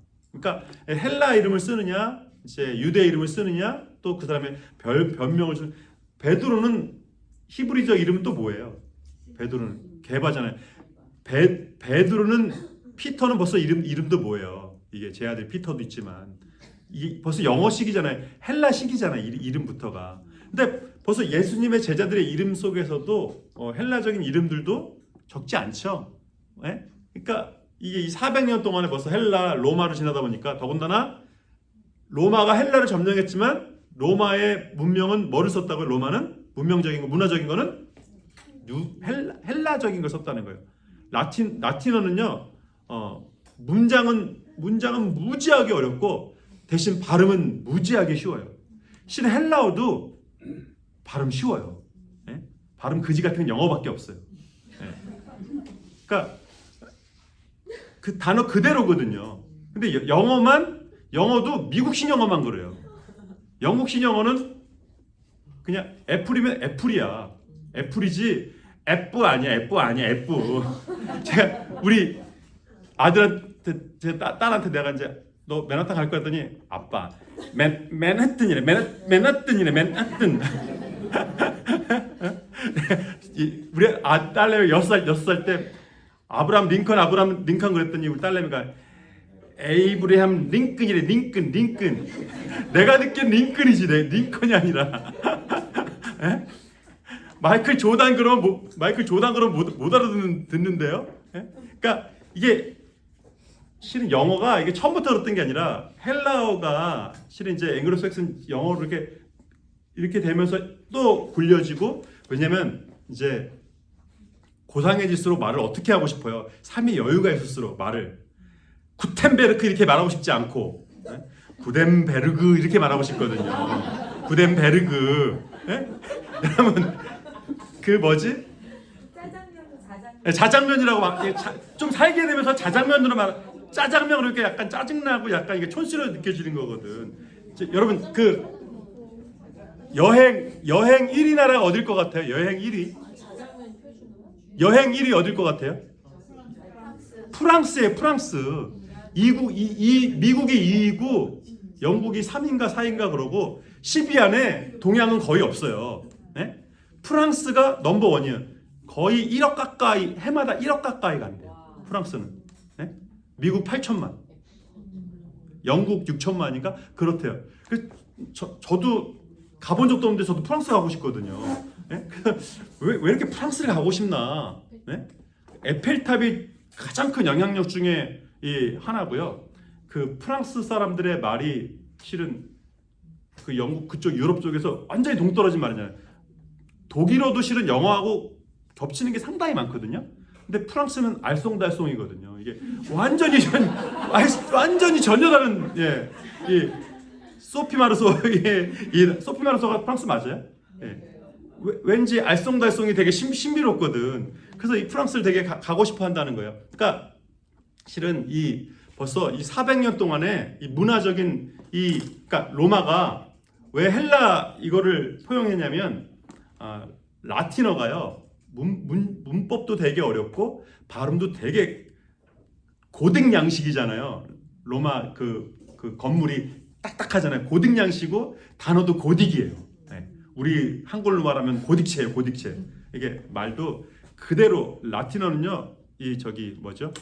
그게 없어요. 뭐 링끈 이런 거 없어요. 네. 다 똑같아 발음이. 한국말도 뭐 사투리가 있을 뿐이지 발음 그대로잖아요. 그러니까 실은 한국말로 발음이 안 되는 건 영어밖에 없어요. 아세요? 한국말로 발음이 안 되는 건 영어밖에 없어요. 한국 사람이 프랑스 배우잖아요. 전혀 악센트 느끼지 않는데요. 프랑스 사람들이. 예? 근데 우리가 영어면 어때요? 1.5세도 알지. 저는 심지어 여기서 태어난 사람도 알아요. 여기서 태어난 사람이 라디오에서 누가 노래 부르는데 제가 딸한테 옆에서 딸이 있어가지고 여자가 또 노래 부르는데 느낌이 딱 동양인인 거야. 여기서 태어난 사람이 가수지만 악센트가 전혀 없는데도 동양인인 거야. 동양인이 찾아봐 동양인이에요. 네. 여기서 태어났어도. 그러니까 말레이시아어를 한국말로 국어로 한국말로 적어서 발음하면요. 말레이시아 사람들이 그대로 알아들어. 그대로. 근데 애플 안 돼. 마이클 조던, 졸든 안 돼. 뭘로 해도 안 돼. 맨하튼, 맨하헌 안 돼. 뭘로 해도 한국말로 못 옮기는 건 영어밖에 없어. 그지 같아. 그래서 그러니까 로마 사람들이 실은 로마어를 고집한 게 훨씬 더 좋았을지도 몰라요. 그게 훨씬 단어적으로나 그런 쪽으로 부족하는데 이제 말이 어렵고 또 이게 딱딱한 이것 때문에 이제 헬라 문화를 그대로 이제 이 사람들이 헬라 사람들이 그때 철학자였고 로마는 시작된 지 조그만 나라였고 보세요. 여러분 생각해 보세요. 아수르 빼고는요. 바벨론, 페르시아, 그다음에 알렉산더 마케도냐, 예? 그다음에 또 로마. 그 시작이 어때요? 원래부터 잘 나가던 나라였어요? 베스페이지만도 못한 조그만 그 도시에서 나라가 시작됐다는 거. 공통점이. 네? 그러니까 보세요. 성경에서 이 다니엘서까지 말하고 있는 그게 맞죠? 네? 하나님께서 바벨론을 쓰시고 바사를 쓰시고 헬라를 쓰시고 로마를 쓰시고 그게 맞잖아요. 조그만 나라들을 그러니까 이스라엘도 마찬가지잖아요. 하나님의 손에 들린 도구였다는 거예요. 미국이 지금까지 쓰이고 있는 건 미국이 도망자의 나라 아니에요. 청교도의 나라 아니에요. 미국이 아직까지 쓰이고 있는 건 누가 아무래도 교회 때문이에요. 사명 때문이에요. 이제 벌써 유럽이 태양이 지지 않은 나라였잖아요. 영국이 미국 눈치를 보리라고 상상을 했겠습니까? 전 세계가 미국 눈치를 보잖아요. 네? 저 도망자의 나라였던 이 나라가 네? 전 세계 선교일이 미국, 전 세계 도네이션일이 미국, 입양 수입국 1위, 입양 수입 좀 그렇긴 하지만 하여간 1위 미국, 난프라핏 어거나이제이션 제일 많은 나라 1위 미국. 이제 이거 바뀌는 순간 이제 모릅니다. 이것도 제가 요한계시록 또 3장 쓰는 거 아닙니다. 네, 잠깐 쉬었다 하겠습니다. 아까 제가 영어 얘기를 이렇게 길게 한 건 그러니까 영어가 어렵다 이런 얘기보다 이제 히브리어 같은 경우는 발음의 변화가 없어요. 그러니까 철저히 그 단어적으로 그대로 아예 발음을 하고 있기 때문에 근데 히브리어가 어려운 건 이제 그 같은 그 알파벳인데 상황에 따라 이제 여기선 이렇게 발음하고 그게 아예 규칙이 딱 거의 불규칙적인 규칙이에요. 그러니까 뭐 외울 수도 없어요 규칙을. 네. 그러니까 뭐 상황 따라 다르게 발음하니까. 근데 이제 그런데도 그걸 다 외웠다는 거죠. 네. 거의 포로 기간 때의 이 발음법 유실된 거 외에는, 그러니까 그 어려운 언어가 진짜 가장 사어 중에 사어가 될 뻔한 언어가 오늘날까지도 실은 발음법을 잃지 않았다는 게 이게 유대인들만의 대단한 점인데 이게 가능했던 건 회당에 있었다는 거야. 그리고 랍비에 있었다는 거고 오늘날도 이 그 독특한 그 아주 고전적인 랍비들이 지금도 존재하고 있는 이건 우리가 보기엔 되게 웃어 보이지만 우리가 보기엔 뭐 아미티시에 무슨 티시예요 이게? 아미시 마을처럼 그런 약간 좀 시대 동떨어진 사람들처럼 보일지 모르지만 그런 고리고 쪽에 그런 생각들이 오히려 이 유대인들의 이런 사고들이 오히려 지킨 전통을 지켜 성경을 지킨 그런 저희가 됐을지도 모른다는 거예요. 왜 이게 안 되냐? 네, 그 복음서 다 살필 수는 없고 마태복음만 좀 살펴보면 여기서 나와 있지만 아까 바리새파 얘기했듯이 이 회당 중심으로 그 이스라엘 공동체를 그 신앙 공동체의 순수성을 지켜나간 사람들이 바리새파 사람들인데 주로 이제 이 바리새파 사람들 중에서 성경을 필사한 서기관들이 많이 나왔습니다. 그래서 복음서에도 보면 바리새인과 서기관을 거의 구별해서 얘기하고 있지 않아요. 그러니까 그 정도로 원래 근데 모든 바리새파 사람들이 서기관은 아니에요. 그러나 서기관 사람들은 거의 다 이 바리새파 사람들입니다. 그러니까 성경을 필사하고 그런 것이 이들의 신앙의 정체성이었고 그렇게 신앙을 유지했기 때문에 그러니까 이 바리새파의 영향력 때문에 실은 사도 바울 같은 사람이 나온 거예요. 그리고 이 광야에서 이 바리새파 사람들은 그 쉽게 말해서 그 국민들과 호흡하면서 이 도시 한 가운데서 신앙 공동체를 유지했다고 한다면 SNF파는 더 철저히 하나님과 1대1 광야에 나가서 쉽게 말하면 한월산파죠. 한월산파. 기도원파죠. 네, 더 하나님과 그냥 철저하게 그냥 모든 것과 절연하고 그 정도는 낮지는 아니겠지만 그러니까 세례 요한의 이 옷이 보여주고 있는 건 뭐 청빙과 겸손을 얘기하게 한 게 아니라 철저히 하나님의 말씀에 집중하는 이거 외에는 다른 모든 것들을 내려놨다는 거예요. 네? 그러니까 여러분 요즘 같은 때 진짜 요즘 같은 때 이 목사님들이 이 수트를 제대로 착용하지 않았을 경우와 캐주얼이라고 할지라도 특별히 목사님들 남자분들이 많으니까 여자분들은 화장빨이라도 있지 남자분들은 내설 수 있는 게 이제 옷빨밖에 없거든요. 그러니까 옷이라도 제대로 해야 되는데 근데 세례요한 보세요. SNF파 사람이요. 낙타토롯을 입었어요. 네? 낙타토롯이 백양 메리아스가 아니잖아요. 이 부드러운 그게 아니잖아요. 그러니까 그런데도 어땠다는 거예요? 옷빨도 없고 뭐 화장빨도 없고 뭐 머리 헤어스타일 빨도 없고 그런데도 세례요한은 엘리야 다시 살아온 엘리야로 여겼다는 거예요. 네? 그러니까 철저히 말씀에 집중되어 있었고 말씀을 전하는 것에만 집중했는데 메시아가 오심을 준비하는 것에만 집중했는데 모든 사람이 세례요한을 선지자로 알았다는 거예요. 그러니까 몇 년 만에 제대로 선지자가 나는 거예요. 몇 년 만에? 400년 만에. 네? 그러니까 이스라엘 사람들이 환호했겠어요, 안 했겠어요? 어마어마하게 환호했죠. 네? 그 무시무시한 헤롯조차도 세례 요한을 죽이기를 두려워했다는 거예요. 이유가 두 가지예요. 첫째는 세례 요한을 죽이는 걸 헤롯 왕조차도 두려워했어요. 첫째 이유는 뭐겠어요? 모든 백성이 세례 요한을 선지자로 알고 있다는 거예요. 두 번째 이유는 뭔지 아세요? 이게 더 놀라운데. 헤롯도 세례 요한을 존경했다는 거예요. 네? 동생의 아내를 빼앗은 헤롯 안디파스도 네, 그걸 지적한 세례 요한의 말이 옳다는 걸 알면서도 그래도 내가 왕인데 내 체면을 이렇게 망가뜨려 그러면서도 속으로는 세례 요한을 존경했다는 거예요. 그러니까 이 배경을 이해하는 게 왜 중요하냐면 그래서 이렇게 이건 성경에 나와 있지 않잖아요. SNF가 뭔지 이건 이제 우리 역사적인 기록을 통해서 이제 배울 수밖에 없는 건데 이런 시간들을 통해서 배울 수밖에 없는 건데 이런 파가 있었다는 게 중요한 게 아니라 역할들이 있었다는 거예요.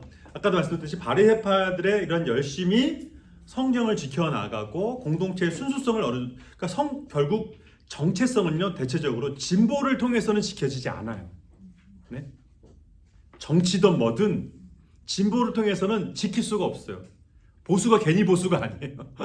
보수의 역할이 있는 거예요. 진보는 뭐 하는 역할을 해야 돼요? 진보는 깨우는 역할을 하는 거예요. 네?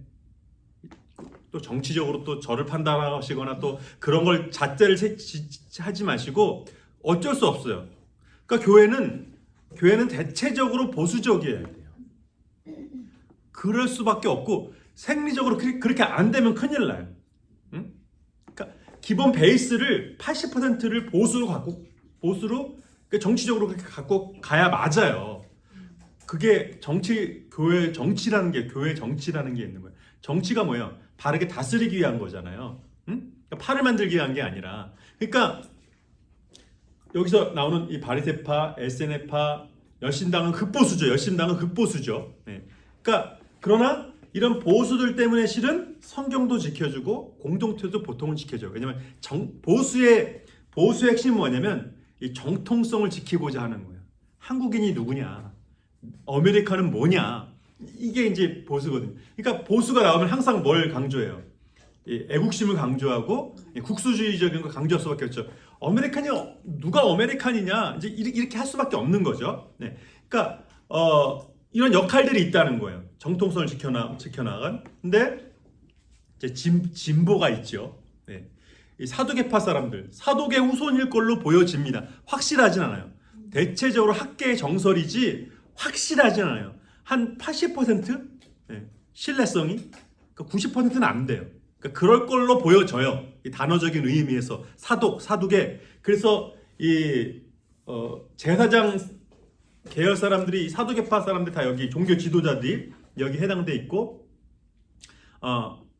근데 종교 지도자들 사도계 후예들이고 제사장인 사람들이 주로 들어가 있는 판데, 사내들인 공의회가 이제 교회 공의회가 이스라엘 공의회가 있는데 그 중에 바리새파 사두개파인데 이 사두개파 사람들은 주로 제사장들이에요. 그러면 실은 이 사람들은 성전 중심적이어야 되잖아요. 네? 그래서 성전 중심적이고 말씀 중심적이어야 되잖아요. 근데 재정일치의 사회 속에서 종교 지도자라는 거는 오늘날 목사님들이 큰 교회 목사님들이 뭘 탔네 그러지만 대다수의 목사님들이 다 청빈한 삶을 살 수밖에 없잖아요. 근데 재정일치의 사회 속에서는 종교 지도자는 곧 또 뭐야? 사회적으로도 지도층인 거예요. 경제적으로도 부유하고. 네? 그러니까 사두개파 사람들이 이게 제사장 때는 헌금 있는 걸로 먹고 생활하는 게 전부였는데, 이제 사두개파쯤 돼서는 이 말씀드렸죠. 예루살렘에 3만 명 살고 있는데 절기 때 몇만 명 온다고요? 30만 명. 디즈니랜드에 캘리포니아의 디즈니랜드에 1년에 몇 명 가는지 아세요?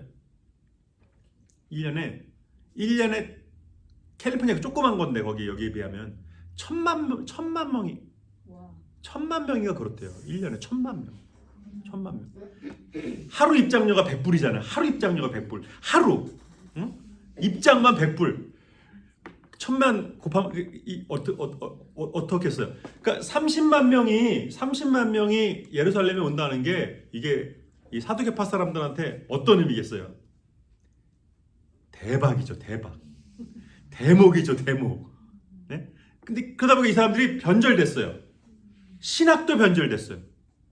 성경 중심적이고 성경 중심적이어야 되는데 뭘 안 믿어요? 사두개파 사람들은 부활을 안 믿어요.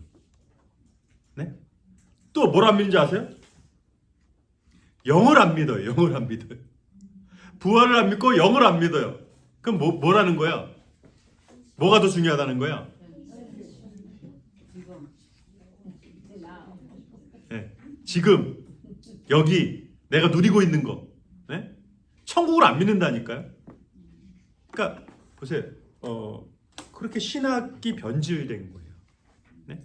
여러분, 자, 세계 5대 종교, 6대 종교 중에서 보세요. 유대, 이슬람, 천주교, 개신교, 불교 빼고 이 4개 종교가 공통적으로 구약의 하나님을 믿습니다. 네?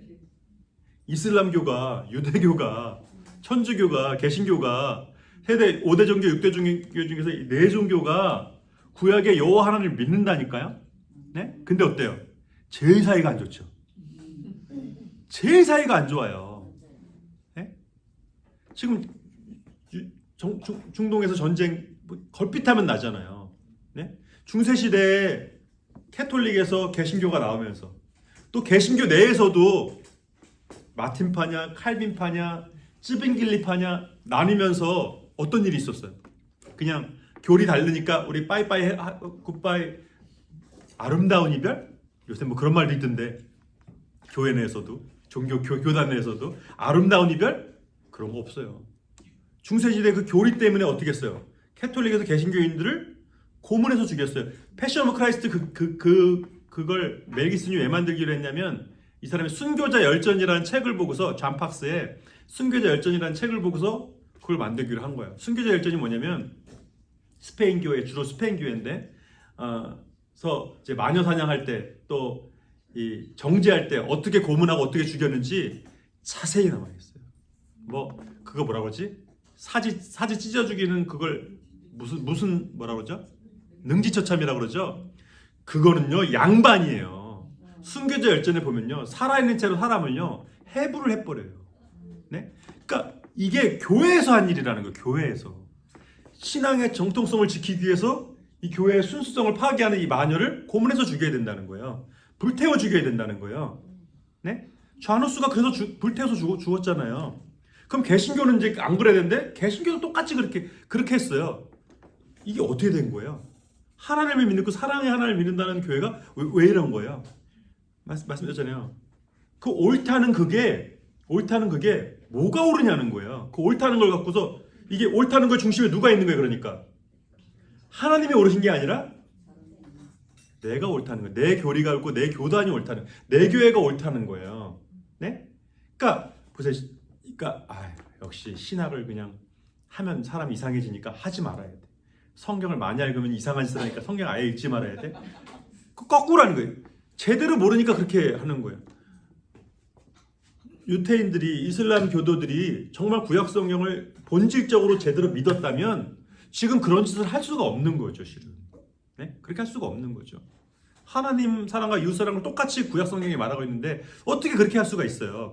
그러니까 여러분 이 성경 개관이고 여러분 제자 사역이고 그런 시간들을 통해서 우리가 이렇게 교리와 말씀드렸죠. 우리 첫 시간에 제가 우리 목사님 새로 오시고 지금 뭐에 집중하냐면 이 본질적인 교리와 신학에 집중하는 이유가 바로 이거예요. 네?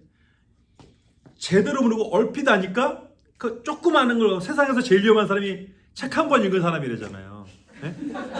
안 읽은 사람보다 더 위험한 사람, 한 권만 읽은 사람. 네? 그러니까 이게 거의 이게 신념이 돼버리는 거죠. 안 읽은 게 안 돼. 그러니까 저희 삼촌 중에 먼 삼촌 중에 한 분이 이제 고등학교 졸업하고 되게 똑똑한데 이제 형편이 안 돼서 고등학교 졸업하고 취업에 이제 뛰어들었어요. 돈도 많이 벌었어요. 이분이 대학을 못 간 서러움을 이제 뭘로 했냐면 옛날에 그 신동아 이렇게 두꺼운 신문 그 업버전이 있었어요. 이게 한 달에 한 번씩 신동아라는 책이 있는데 신동아 그리고 상관이 있는지 모르겠지만 동아일보에서 나온 것 같아요. 이렇게 두꺼운 거 신문을 확대 해석해가지고 지금부터 이게 해가지고 그 삼촌이 이거를 매달 읽었어요. 매달. 네? 그래서 정치 얘기 나오면 그냥 모르는 게 없어. 네? 백그라운드까지 다 알아. 네? 그걸로 자신의 이제 자부심을 이제 삼으시는 거죠. 근데 연애를 못 했었는데 이제 선봐가지고 연애를 했는데 그 외숙모는 신동호보다 더 한 수 위야. 그러니까 우리 삼촌이 찍소리도 못 하더라고. 무슨 버전 읽으셨는지 모르겠지만 신조선 읽으셨나? 하여간 꼼짝을 못 하더라고. 그러니까 우리 삼촌한테 신동아가 신념이거든요. 네? 모든 것이고 내 지식이고 나를 드러내는 거고 나 자체고. 네? 그러니까 거기서 멈추면 성경도요. 바리새인이 그러니까 잘했는데 멈춘 거예요.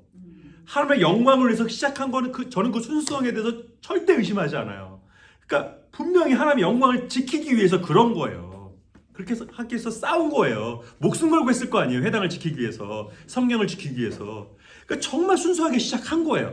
근데 계속 하나님의 영광을 위해서 이렇게 해야 되는데 하다 보니까 사람들이 그냥 존경을 해도 너무 존경하고 의지를 해도 너무 의지를 하는 거지.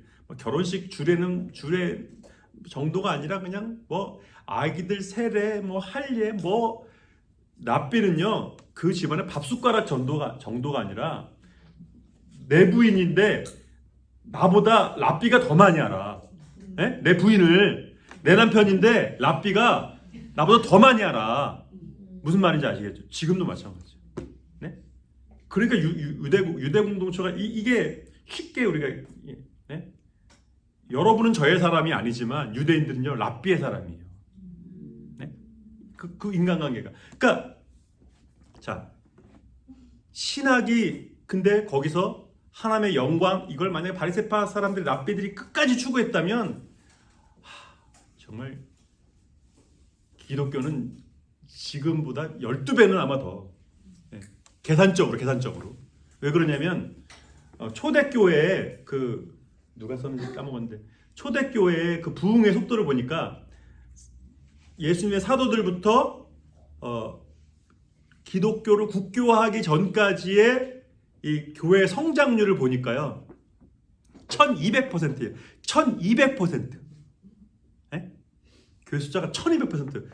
오늘 100명이었는데 다음 달에 몇 명 되는 거예요? 100명이었는데 1200명 되네요. 1200명. 네? 그 다음에는 12,000명 되는 거예요. 그렇게 점프했더라고요. 근데 로마가 국교화가 딱 되고 나서 몇 퍼센트 성장했을 것 같아요? 자, 1200%라고 했어요. 1200%. 국교화 딱 되고 나서 몇 퍼센트 부흥하기 시작했을까요? 1200%였는데. 네? 5%? 아니 지로다 지로. 1200%였는데 국교화 되고 나서 6%에서 15%로 줄었대요. 1200%였는데. 네? 6%에서 15%. 물론 국가 간에 한국이 급성장한 거는 한국도 한때는 막 그냥 200%, 300%씩 1990년도까지 제가 신학교 갈 때까지는 정점을 찍었어요. 예.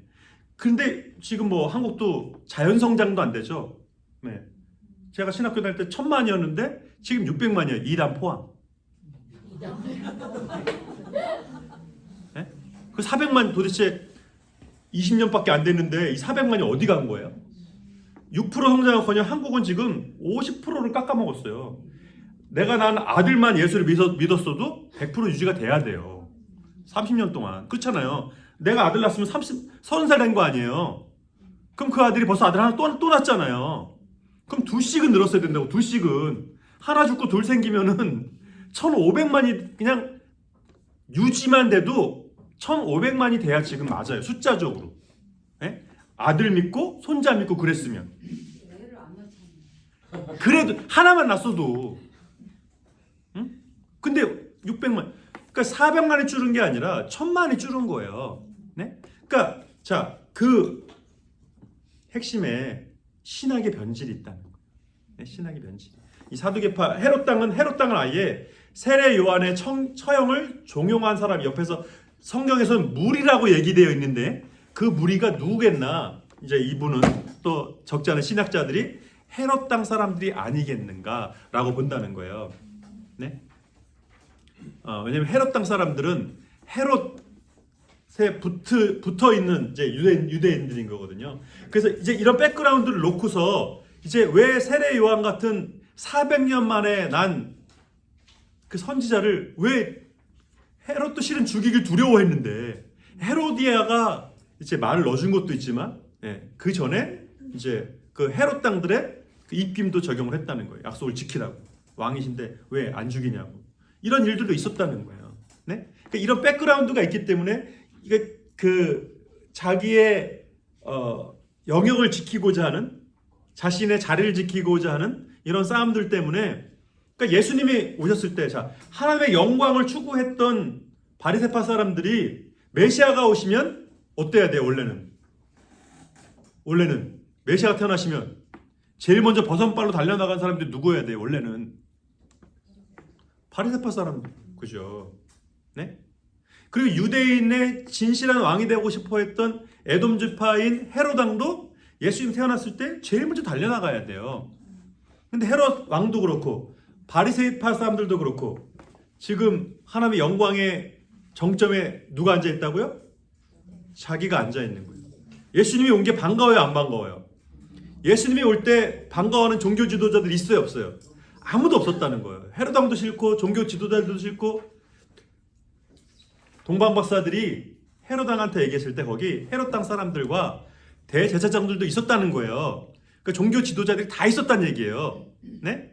근데 사실일까 확인이라도 하려고 간 사람이 한 명도 없었다. 한 명도. 그 술잔 놓고 그 파티 떠나서 확인하러 간 사람이 한 사람도 없어. 진짜 1도 없었다. 네? 그게 왜 이제 우리는 이해가 안 돼. 궁금해서라도 가보지 않겠어? 궁금해서라도. 제가 안양에 35년 살았는데 안양에서 그때 그것이 알고 싶다가 비슷한 무슨 희한한 뭐 그런 거 프로한 거 있었는데 거기서 어느 교회 개척 교회에서 예수님 형상이 그 교회 본당 벽에 새겨졌다는 거예요. 그래가지고 그래서 저는 안 가려고 그랬는데 저랑 같이 있었던 저희 선배 장정원 목사님이란 분이 양 목사 이런 건 가줘야 돼, 가봐야 돼. 그래서 진짜 가기 싫은데 가서 봤어요. 봤더니 이제 그 교회가 이제 개척을 하고서 본당을 어렵게 시장 한바탕에서 개척을 하고서 이제 그때는 이제 올겐이 유행이었을 때요. 우리 전자 올겐. 그거를 사고 싶었는데 이제 목사님이 성도들이 너무 어려운 거 하니까 이제 차마 말을 못 꺼내고 있었는데 딱 건축하고서 그 시장에서 한국 교회는 권사님 없으면 안 돼. 한 권사님이 딸 시집 보내려고 모아놓은 1,000,000원을 그 올겐 사라고 헌금을 했다는 거예요. 네? 1,000,000원을 개척계 가는데 본당이 지금 이만해요. 본당이 이만해요. 네? 새로 지었는데 딸 시집자금 헌금해서 올겐을 샀어요. 목사님이 그 다음날 이제 새벽 예배할 때 기분이 좋았을까요? 그냥 째졌을까요? 야 올겐까지 있고 이제 얼마나 좋을까? 그랬을까요? 네? 목사님 그랬을까요? 목사님 너무나 마음이 이게 막 짠한 거죠. 딸 시집자금 시장에서 100원, 200원 벌어가지고 이 1,000,000원 얼마를 해야 되는지 아는데 이 새벽 예배 때 목사님이 너무 그 권사님이 이제 안쓰러워서 하나님 저 권사님을 축복해 주십시오. 막 기도하다가 눈을 뜨고 딱 떴는데 벽에 예수님이 딱 보이더라는 거예요. 그 딱 봤는데 진짜 내가 헛걸 봤나? 근데 계속 보이더라는 거예요. 그래서 이제 저하고 이제 장정원 목사님이 가가지고 이제 확인했죠. 그 프로에서도 와서도 확인하고 만져봐도 된대. 그래서 저도 만져봤는데 이게 그러니까 진짜 뭐 이런 나무인데 이 나무가 그 우드인데 자연 우드가 아니라 그 테이프 붙인 우드인데 진짜 희한하게 항아리 2개가 있고요. 그 딱 누가 봐도 항아리 2개 모양이고 이제 한 사람이 서 있는 모양이고 또 한 사람이 또 서 있는 게 모양인 거야. 그래서 이 목사님은 딱 보자마자 가나의 혼인 잔치에 그 형사님께서 여기 새겨주셨구나. 우리 권사님의 자기 딸내미 시집자금을 갖다 헌금할 때 하나님께서 그걸 보여주셨구나. 그래서 이 목사님은 나름 이제 은혜를 받으신 거예요. 근데 그걸 또 누가 또 그걸 제보해가지고 SBS에서 와가지고 찍고 난리가 나고 만져보고 또 막 뒤에서 막 해보고 별도 안 되고 뭐 새겨져 있긴 그러니까 이렇게 보면 보이고 이렇게 보면 안 보여요 또. 그러니까 그 그림자에 따라서 그게 보이기도 하고 이제 안 보이고 하고 그런 건데 하여간 나름 이제 목사님은 이제 되게 내가 이 얘기 왜 했는지 또 까먹었어. 은혜를 받으셨대요. 뭔 얘기하려고 그랬지? 확인하러 안 맞죠? 확인하러 안 갔다고. 그러니까 이거 난 하나도 안 궁금했는데 아니 이런 것도 가는데 예수님이 나셨다고 보세요. 동방에서 걸어오려면 한 달 이상 걸었을 거예요.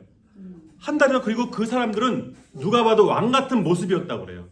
그러니까 허접한 사람들이 와서 예언하는 게 아니라 왕 같은 사람이 뭐 황금을 보물로 유향을 보물로 했을 정도잖아요. 그러니까 잘 사는 사람, 누가 봐도 잘 사는 사람이고 친하고 싶은 사람이고 램보기니 있을 것 같은데 같이 좀 친해봐야겠네 이러고 싶은 사람인데 그럼 그 말에 신뢰가 가야 안 가요? 가잖아요. 근데 안 갔다는 거예요. 네? 그러니까 이게 이 백그라운드를 모르면 이해가 안 되는 거예요. 이 사람들은 거기 가봤자 하나, 메시아가 살아봤자 하나, 자기에게 이득이 될 것이 없다고 생각한 거예요. 왜요? 모든 백성의 시선이 예수님한테, 메시아한테 가는 게 싫은 거예요. 우리하고 전혀 상관없는 얘기죠, 이거 지금. 우린 바리새파도 아니고 사두개파도 아니고 그냥 집에 100만 달러 캐시만 있을 뿐인데 이게 이 사람들하고 우리가 이게 무슨 상관이에요, 그죠? 그래요? 예수님이 우리가 필요할 때만 예수님이냔 말이에요. 네? 그게 아니면 달려갈 필요가 없냔 말이에요. 자, 하나님 나라가 복음서의 핵심인데 예수님 사역은 가르치시고 고치시고 선포하시고, 아까 누가 질문하셨는데 예수님도 너희 나의 오념을 배우라, 나의 멍에를 배우고 내게 배우라, 나의 오념을 배우라. 예수님도 인간으로 오셨잖아요. 그래서 마귀가 시험하는 것으로 예수님의 사역이 시작된다고요. 시험하는 것으로. 그러니까 예수님도 시험을 받을 수가 있었다. 네? 철저히 인간으로 오셨기 때문에. 근데 예수님 끝까지 순종하셨다. 못하셔서가 아니라 안 하셨다는 거예요. 하나님의 뜻이 이루어지도록 하기 위해서. 예수님 십자가 못 박으려 하는 사람들 천군천사로 얼마든지 죽이실 수 있어요. 멸하실 수 있어요. 베드로가 말고의 귀를 내리쳤잖아요. 근데 예수님께서 막으셨어요. 왜요? 그렇게 하면 하나님의 뜻이 어떻게 이루어지게 됩니다. 하나님의 뜻이 이루어지도록 죽으셨다는 거예요. 네? 예수님께서 이제 우리가 지리적인 것도 예수님 탄생하셨을 때 이제 그 헤롯을 대헤롯인데, 헤롯 가문의 시작이죠. 이 대헤롯이었는데 이 동방박사들 그냥 가니까 두 살 아래 아들들 다 죽여라. 그래서 예수님께서 애굽으로 피난 가셨죠.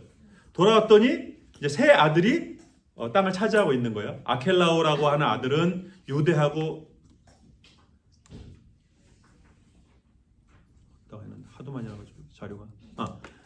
아켈라오는 유대와 사마리아를 차지하고요. 헤롯 안디바, 이게 이제 세례요한을 죽인 헤롯 안디바는 갈릴리와 베레아, 그러니까 3등분을 한 거죠. 헤롯 필립, 일찍 죽은 헤롯 필립은 이두레와 그 수리아 쪽을 이제 받은 거죠. 그러니까 예수님께서 태어나셨는데 이 아켈라오가 이제 다시 돌아왔을 때도 아켈라오가 다스리고 있었기 때문에 예수님께서는 어디로 가셨어요? 어디로 가셨어요, 예수님께서? 원래 베들레헴에서 태어나셨는데 애굽 피신 가셨다가 나사렛으로 올라가셨다는 거예요. 네? 그러니까 왜 요셉은 베들레헴이 고향이지만 요셉은 나사렛 사람이었던 걸로 보여져요. 네? 고향은 베들레헴이지만, 근데 왜 굳이 나사렛에서 그냥 낳을 일이지 왜 베들레헴까지 가서 아기 낳았어요? 언약이 이루어지도록 무슨 일이 있었죠? 로마 황제의 인구조사령이 있었다는 거예요. 마침 예수님 태어나실 때. 네? 그러니까 보세요. 요셉은 나사렛 사람이기 때문에 베들레헴까지 갈 일이 없어요. 근데 아우구스투스가 호구조사를 내렸다는 거예요. 인구조사를 내렸다는 거예요. 지금은 인터넷으로 다 되지만 옛날에 저 어렸을 때만 해도요. 한국의 인구조사하고 대통령 투표할 때조차도 사는 지역에서 안 하고 어디서 가서 해야 돼요? 본적지 가서 투표했어야 돼요. 아세요? 동사무소에 이게 네트워크가 안 돼 있어가지고 투표할 때도 본적까지 갔어야 돼요. 네?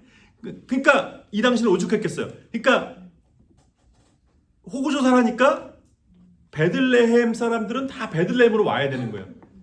지금 마리아가 어느 상태인데 오늘날 하는데, 그래서 베들레헴에서 예수님이 태어나신다는 그 말씀이, 미가서의 말씀이 이루어진 거예요. 네? 근데 또 돌아왔더니 아켈라오가, 이 지독한 아켈라오가 유대 사마를 다스리고 있으니까 원래 나사렛까지 다시금 또 이제 올라간 거죠. 네? 그 나사렛 사람이라 칭을 받게 된 건데, 근데 여기에 역사적인 흐름을 통해서 이렇게 됐지만 신 예수님께서 처음부터 유대 사마리아에서부터 이 사역을 했으면 어땠겠어요?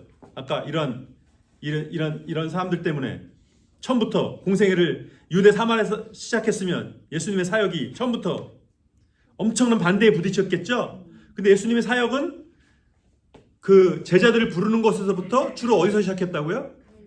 갈릴리에서 시작된 거예요. 예수님이 나사렛 사람인 것으로 착각할 정도로. 네? 근데 희한한 거죠. 갈릴리는 원래는 유대인들이 무시하는 촌동네인데 갈릴리에서는 선한 것이 안 난다고. 베드로가 오니까, 베드로가 예수님 십자가 그걸 목격하려고 들어가니까 너 말투가 갈릴리 사람이다. 거기에 우리 말에는 이게 글이니까 뉘앙스가 없지만 아까 저 사람들도 갈릴리 말투를 쓰던데 너도 똑같은 갈릴리 말투 쓰네. 응? 그러니까 촌놈으로 여겼다는 거예요. 근데 예수님께서 그럼 왜 촌동네에서 이 사역을 시작하셨을까? 제자들을 왜 촌동네 사람들을 데리고 시작하셨을까? 아니라는 거예요. 갈릴리가 여기 보세요. 그 위에 요거 화살표 때문에 가는데 여기 들어간 저희가 무슨 항구죠?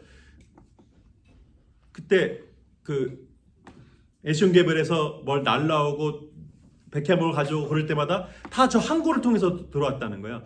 그러니까 헬라 문명이 여기 올 때 이 평평한 항구는 이렇게 움푹 들어간 데가 왜 필요해요? 여기 움푹 들어가는 이런 데가 왜 필요해요? 방파제 역할을 해서 물이 요동치지 않잖아요. 배가 정박할 수가 있는 거예요. 그러니까 저런 조그만 게 별게 아닌 것 같은데 매나은히 왜 발전을 했겠어요? 예? 바다 한가운데 있는 섬에 거기 정박하기가 좋은 거죠. 그냥 아무나 사방으로 다 정박할 수가 있는 거죠. 그러니까 맨하탄이 발전한 거잖아요. 그러니까 헬라 문명이 다스리고 있고 로마가 다스리고 있을 때 이 수리아 지역으로 올 때는 이 갈릴리를 통해서 오는 거예요. 그러니까 많은 문명 사람들과 모든 도시 사람들이 갈릴리를 통해서 오는 거예요. 그러니까 갈릴리가 번화하겠어요, 안 번화하겠어요? 예수님한테 찾아온 헬라파 사람들도 있었죠. 요한복음에 보면. 네? 그리고 마태복음에서도 예수님이 복음 전하고 있을 동안에도 헤롯 땅 사람들 중에서 헤롯 집안 사람들 중에서도 예수 믿는 사람이 있었다는 거예요. 예수님 당시에도. 네? 그게 무슨 의미? 어떤 영향이겠어요? 예수님이 갈릴리에서 사역을 시작하셨기 때문에 그런 거예요. 네? 그러니까 로마에서 그리스에서 오는 그 유명한 사람들이 다 영향 있는 사람들이 다 와서 거기서 예수의 소문을 듣고 그리고 나서 이 유대로 내려오는 거죠. 네? 그러니까 마리아와 요셉은 실은 도망가서 피했던 건데, 그러니까 하나님의 역사가 이 세상 역사 속에서의 크로노스가 하나님의 카이로스와 정확하게 맥을 같이 한다는 거예요. 네? 또 우리가 마태복음을 보면서 제일 좀 얘기만 하고 벌써 끝내야 되네. 아까 세례 요한 얘기했지만 세례 요한이 실은 엘리야처럼 메시아 오실 길을 예비하고 모세가 다시금 돌아올 때까지 그걸 준비한 사람들이 아론이었던 것처럼 이 세례 요한이 아론과 같은 역할을 한 거예요. 세례 요한은 예수님보다 약 6개월 먼저 태어났을 걸로 보여집니다. 네? 그 임신 소식을 마리아가 왔을 때 복 중에서 아기가 뛰노는 것을 듣는도다 그랬잖아요. 그래서 세례 요한은 예수님보다 6개월 먼저 낳고 6개월 먼저 사역을 시작했을 거로 보여지고 예수님의 첫 번째 제자들도 누구의 제자예요? 세례 요한의 제자들이잖아요. 그러니까 세례 요한이 그런 모든 것들을 다 준비해 놓은 거예요. 그래서 예수님께서 세례 요한과 실은 같이 사역을 시작하시지 않으셨고 마태복음에서 보면 세례 요한이 잡혔음을 들으시고 갈릴리로 물러가셨다가 이런 말씀이 나와요. 그러니까 세례 요한이 추억되면서 예수님의 본격적인 사역이 시작돼요. 그리고 14장에 보면 세례 요한이 헤롯 안티파에 의해서 아까 그 빌립이 죽고 헤롯 안티파스가 그 빌립의 아내를 취하잖아요. 헤로디아를 취하잖아요. 세례 요한이 그걸 지적하니까 투옥했다가 이제 죽이잖아요. 이때부터 예수님의 사역이 이제 십자가로 달려가는 핍박의 시기예요. 그러니까 예수님의 사역은 마태복음을 통해서 보면 세례 요한의 잡힘과 함께 예수님의 사역이 본격적으로 시작되고 세례 요한이 죽으면서 예수님의 사역이 십자가로 달려가는 것을 볼 수가 있어요. 자, 14장 보세요. 예수님이 세례 요한이 주는 걸 들으시고 13절 보세요. 배를 타고 떠나서 빈들로 가셨다는 거예요. 근데 예수님 조용히 이제 사촌 형이잖아. 그러니까 이 세례 요한의 죽음을 슬퍼할 겨를도 없이 무리가 듣고 거기까지 따라왔다는 거예요. 근데 얼마나 걸어왔는지 대책도 없이 걸어와가지고 이 사람들이 어때요? 먼 거리 걸어왔으니까 배가 고프잖아요. 그 예수님께서 어떻게 했어요? 오병이어로 이렇게 먹이시는 거예요. 그래서 또 계속 몰려드니까 또 이제 배를 타고 제자를 먼저 보내시고 예수님 무리를 걸어가시는 거예요. 이게 14장에 나오는 이 세례 요한의 죽음 이후의 사건이에요. 근데 보세요. 오병이어는 사복음서에 전부 다 나와요. 오병이어 딱 보는 순간 모든 사람들이 뭐라고 생각했을까요? 이거 무슨 사건과 비슷해요? 만나 사건과 동일하다는 거예요. 이제 드디어 메시아가 본격적으로 사역을 시작하시겠군. 예수님의 사역의 정점이라고 생각했다는 거예요. 근데 이때부터 예수님은 십자가 달려가기 6개월 전이라고 보여집니다. 그러니까 복음서가 반 이상이, 실은 3분의 2 이상이 예수님 십자가 사건 그 6개월 전에 치중되어 있어요. 그러니까 누가복음만 예수님의 유년기를 얘기하고 있지 전부 다 십자가로 달려가시기 전에 그 앞에 부분은 공생의 그러니까 2년은 거의 제자들 부름 받고, 그러니까 예수님께서 제자들 베드로 부르셨을 때 베드로가 예수님을 아는 눈치예요, 모르는 눈치예요? 아는 눈치죠. 이미 소문이 파다했던 거죠. 네? 그러니까 그 세례요한과 겹치는 동선도 있고 그렇기 때문에, 그러니까 우리가 아는 것보다 훨씬 더 생각하는 것보다 이 성경에 시간 순서대로 된 게 아니, 시간을 안배를 똑같이 한 게 아니기 때문에 십자가 6개월 사건에 집중되어 있기 때문에 이 예수님의 사역이 어디를 향하고 있는지 그걸 말하고자 하는 것이 복음서 핵심이라는 거예요. 십자가의 의미가 무엇인지 예수님이 여태까지 공생 3년을 철저히 제자들 산상수훈 이 마태복음 5장, 6장, 7장 산상수훈, 그 다음에 기적들 5, 6, 7, 8, 9, 10, 11, 12 제자들이 선포하시고 보내시 파송하시고 이 모든 것들이 급하게 어디로 달려가고 있냐면 십자가로 달려가고 있다는 거예요. 예수님은 십자가를 염두하고 제자들도 세우시고 파송하시고 가르치시고 제자 훈련하시고 성경개관도 하시고 이런 걸 다 이 3년 안에 이제 끝내셔야 되는 거예요. 네? 왜냐면 이제 예수님 떠나셔야 되니까. 그러니까 예수님께서 엠마누엘 제자들 부활하시고 제자들 만났는데 제자들이 못 알아듣잖아요. 성령을 통해 다시금 뒤에 다시금 생각나게 하셨다고 그러잖아요.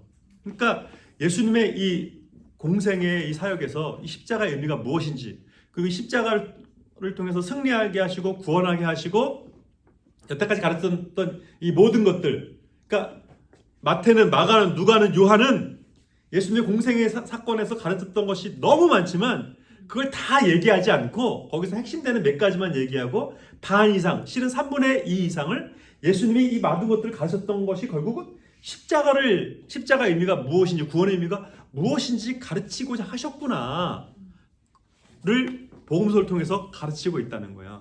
그러니까 목사님들의 신학자들의 신학적인 맥락의 핵심의 중심이 십자가여서가 아니라 성경이 십자가로 급하게 달려가고 있다는 것을 여러분 그걸 아셔야 되는 거예요. 그래서 십자가의 의미가 사역과 신학과 구원에 있어서 얼마나 중요한 핵심인지 여러분 여기서는 배우지 않지만 제자 사역을 통해서는 배우셔야 되는 거예요. 그래서 제 기도 마치겠습니다.